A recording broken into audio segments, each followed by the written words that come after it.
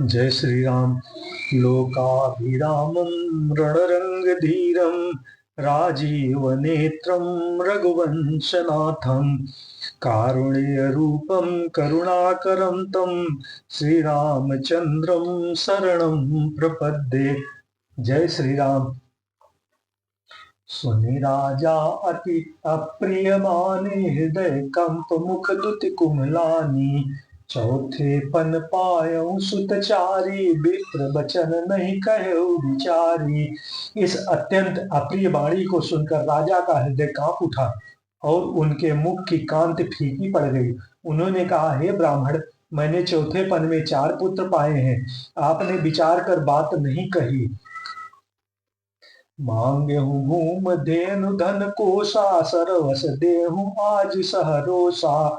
देह प्राण ते प्रिय कछु नाही, सो मुनि देव निमिष एक माही।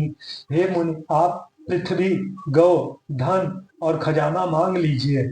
मैं आज बड़े हर्ष के साथ अपना सर्वस्व दे दूंगा।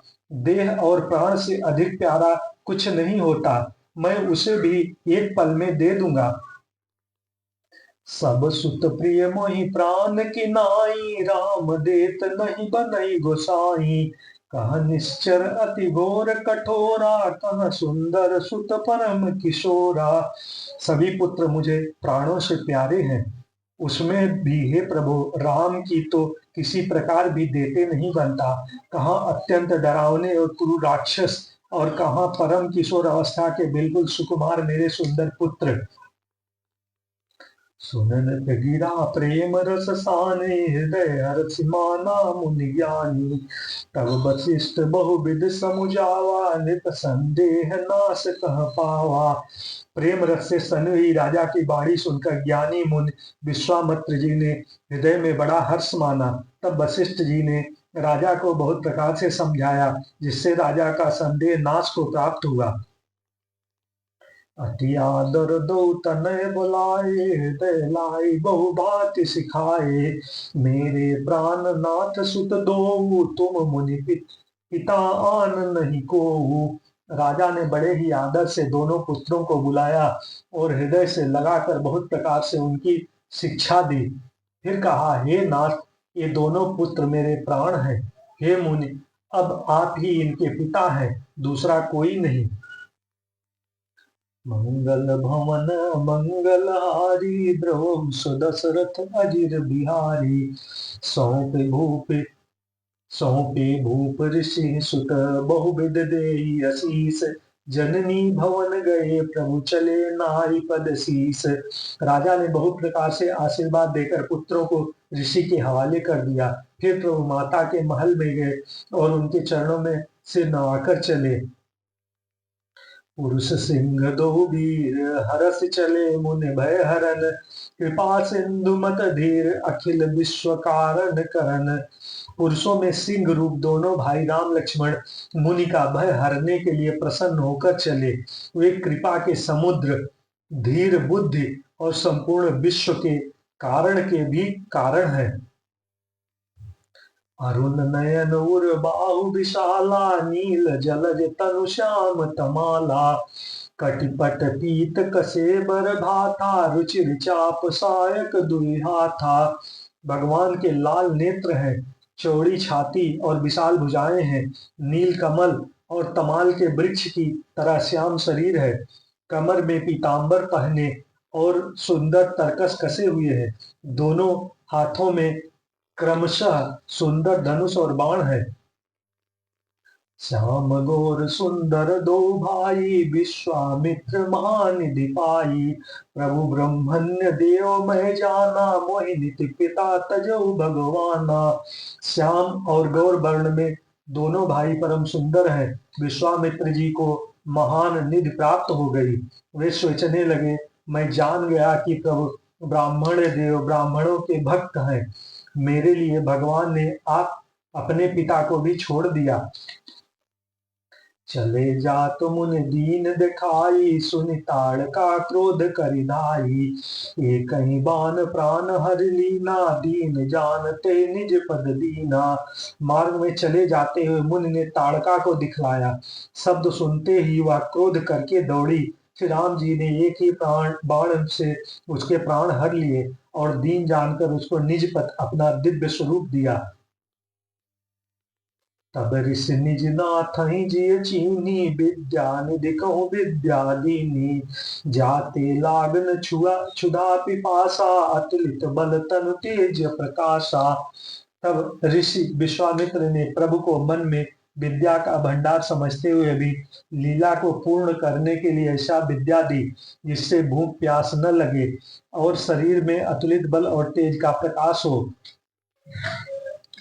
मंगल भवन मंगलहारी, द्रवहु सुदशरथ अजिर बिहारी।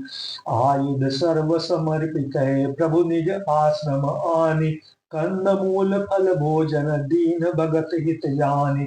सब अस्त्र शस्त्र समर्पण करके मुनि प्रभु श्री राम को अपने आश्रम ले आए और उन्हें परम हेतु जानकर भक्ति पूर्वक कंद मूल और फल का भोजन कराया।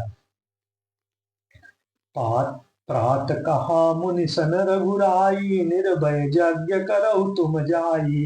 होम करन लागे मुनि झारी, आप रहे मख की रखवारी।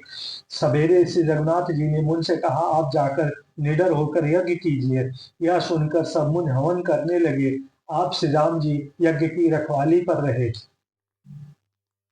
सुनि मारीच निशाचर क्रोही, लय सहाय धावा मुनि द्रोही। बिनु फन बान राम तेहि मारा, सत जो जन गा सागर पारा। यह समाचार सुनकर मुनियों को का शत्रु क्रोधी राक्षस मारीच अपने सहायकों को लेकर दौड़ा। श्री राम जी ने बिना फण वाला बाण उसको मारा, जिससे वह 100 योजन के विस्तार वाले समुद्र को पार जा गिरा। पावक सरसु बाहु पुनि मारा, अनुज निशाचर कटुक संहारा। मारी असुर द्विज निर्भय कारी, अस्तुत करहि देव मुनि झारी। फिर सुबाहु को अग्निबाण मारा। इस छोटे भाई लक्ष्मण ने राक्षसों की सेना का संहार कर डाला। इस प्रकार श्री राम जी ने राक्षसों को मारकर ब्राह्मणों को निर्भय कर दिया। तब सारे देवता और मुनि अस्तुत करने लगे। पुनि कछिक दिवस रघुराया, रहे कीन विप्रन परदाया।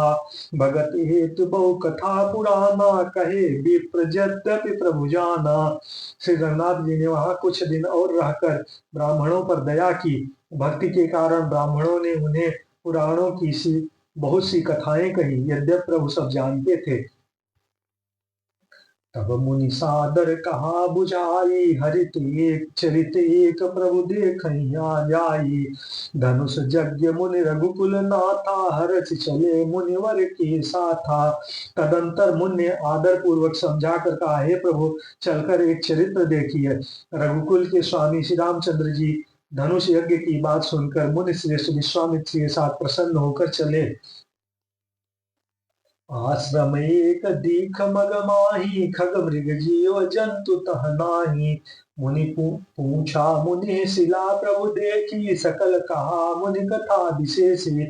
मार्ग में एक आश्रम दिखाई पड़ा। वहां पशु पक्षी कोई भी जीव जंतु नहीं था। पत्थर की एक शिला को देखकर प्रभु ने पूछा। तब मुनि ने विस्तार पूर्वक सब कथा कही। मंगल भुवन मंगलहारी, द्रवहु सुदशरथ अजिर बिहारी।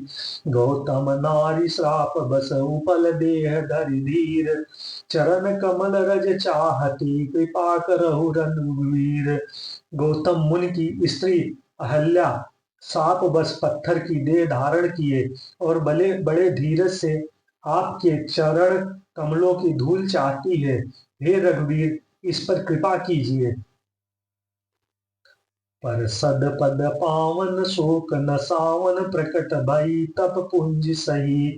देखत रघुनायक जन सुखदायक, सन्मुख होई कर जोरी रही। अति प्रेम अधीरा पुलक शरीरा, मुख नहीं आवई बचन कही। अतिशय बड़ भागी चर नहीं लागी, जुगल नयन जल धार बही। श्री राम जी के पवित्र और शोक को नाश करने वाले चरणों का स्पर्श पाते ही सचमुच वह तपोमूर्ति अहिल्या प्रकट हो गई। भक्तों को सुख देने वाले श्री रघुनाथ जी को देखकर वह हाथ जोड़कर सामने खड़ी हो गई। अत्यंत प्रेम के कारण वह अधीर हो गई। उसका शरीर पुलकित हो उठा। मुख से वचन कहने में नहीं आते थे। वह अत्यंत बड़भागिनी अहल्या प्रभु के चरणों से लिपट गई और उसके दोनों नेत्रों से जल, प्रेम और आनंद के आंसुओं की धारा बहने लगी। धीरज मत कीना प्रभु कहूँ चीना, रघुपत कृपा भगति पाई। अति निर्मल बानी अस्तुत ठानी, ज्ञान गम्य जय रघुराई। मैं नारी अपावन प्रभु जग पावन, रामन रिपुजन सुखदाई। राजीव बिलोचन भव भय मोचन, पाई पाई सर नहीं आई। फिर उसने मन में धीरज धरकर प्रभु को पहचाना और श्री रघुनाथ जी की कृपा से भक्ति प्राप्त की। तब अत्यंत निर्मल वाणी से उसने इस प्रकार स्तुति प्रारंभ की। हे ज्ञान से जानने योग्य श्री रघुनाथ जी, आपकी जय हो। मैं सहज ही अपवित्र स्त्री हूँ, और हे प्रभु, आप जगत को पवित्र करने वाले, भक्तों को सुख देने वाले और रावण के शत्रु हैं। हे कमल नयन, हे संसार जन्म मृत्यु के भय से छुड़ाने वाले, मैं आपकी शरण आई हूँ। मेरी रक्षा कीजिए, रक्षा कीजिए। मुनि श्राप जो दीना, अति भल कीना, परम अनुग्रह मैं माना। देखो भरि लोचन हरि भव मोचन, इह लाभ शंकर ज्ञाना। बिनती प्रभु मोरी मैं मति भोरी, नाथ न मांगहु बर आना। पद कमल परागा रस अनुरागा, मम मन मधुप करे पाना। मुनि ने जो मुझे श्राप दिया सो बहुत ही अच्छा किया। मैं उसे अत्यंत अनुग्रह करके मानती हूँ कि जिसके कारण मैंने संसार से छुड़ाने वाले श्री हरि आपको नेत्र भर देखा। इसी आपके दर्शन को शंकर जी सबसे बड़ा लाभ समझते हैं। हे प्रभु, मैं बुद्ध की बड़ी भोली हूँ। मेरी एक विनती है, हे नाथ, मैं और कोई वर नहीं मांगती, केवल यही चाहती हूँ कि मेरा मन रूपी भौरा आपके चरण कमल की रज के प्रेम रूपी रस का सदा पान करता रहे। जहि पद सुर सरिता परम पुनीता, प्रकट भई शिव शीस धरी। सोई पद पंकज जहि पूजत अजमन, मम सिर धरेहु कृपाल हरि। यही भांत सिधारी गौतम नारी, बार बार हरि चरण परी। जो अति मन भावा सो बरु पावा, गए पति लोक आनंद भरी। जिन चरणों से परम पवित्र देव नदी गंगा जी प्रकट हुई है, जिन्हें शिव जी ने सिर पर धारण किया और जिन कमलों को ब्रह्मा जी पूजते हैं, कृपाल हरि आपने उन्हीं को मेरे सिर पर रखा। इस प्रकार स्तुति करती हुई बार बार भगवान के चरणों में गिरकर जो मन को बहुत ही अच्छा लगा, उस वर को पाकर गौतम की स्त्री अहल्या आनंद से भरी हुई पतिलोक को चली गई। अति प्रभु दीन बंधु हरि, कारण रहित दयाल। तुलसीदास सठते ही भजु, छाड़ कपट जंजाल। श्री प्रभु रामचंद्र जी ऐसे दीन बंधु और बिना ही कारण दया करने वाले हैं। तुलसीदास जी कहते हैं, हे सठ मन, तू कपट जंजाल छोड़कर उन्हीं का भजन कर। श्री कृष्ण गोविंद हरे मुरारे, हे नाथ नारायण वासुदेव। ओम नमो भगवते वासुदेव। जय श्री हरि। श्री कृष्ण गोविंद हरे मुरारे, हे नाथ नारायण वासुदेव। ओम नमो भगवते वासुदेव, नमो भगवते वासुदेव, ओम नमो भगवते वासुदेव। ओम नमः शिवाय। शिवम काशी, शिवम काशी, काश काशी, शंकर हर हर महादेव की जय होए।